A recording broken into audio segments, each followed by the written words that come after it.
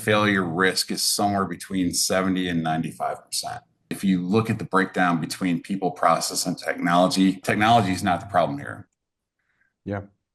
Um, where the issue comes in is you get a lot of companies that kind of want to dip their toe in the water and do a pilot and see it working within their environment and then expand from there, right? Let's do something small, let's have success, and let's grow from there is kind of the default approach for how people want to get started with this.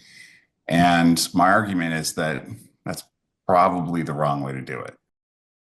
When you start small, when you dip your toe in the water and so forth, a big part of having success with these systems is not the technology itself. Most of the different systems in the space do what they say they're going to do. It's not the system that is the challenge in most cases, it's the people in the process. An example of an IoT device that we're all familiar with is a Fitbit. Yeah. And I've been wearing a Fitbit for a long time and I've gained 20 pounds during that time.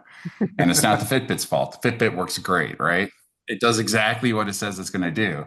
It takes that information from those sensors, pushes it to the cloud, runs AI on that data stream and so forth, and sends back to me my footsteps, my heartbeats, my sleeping patterns, all kinds of great information I can use to improve my life.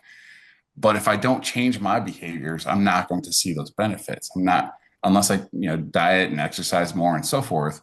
I'm not going to see the benefits from wearing the Fitbit. And it's the same thing for putting a lot of these systems on the shop floor.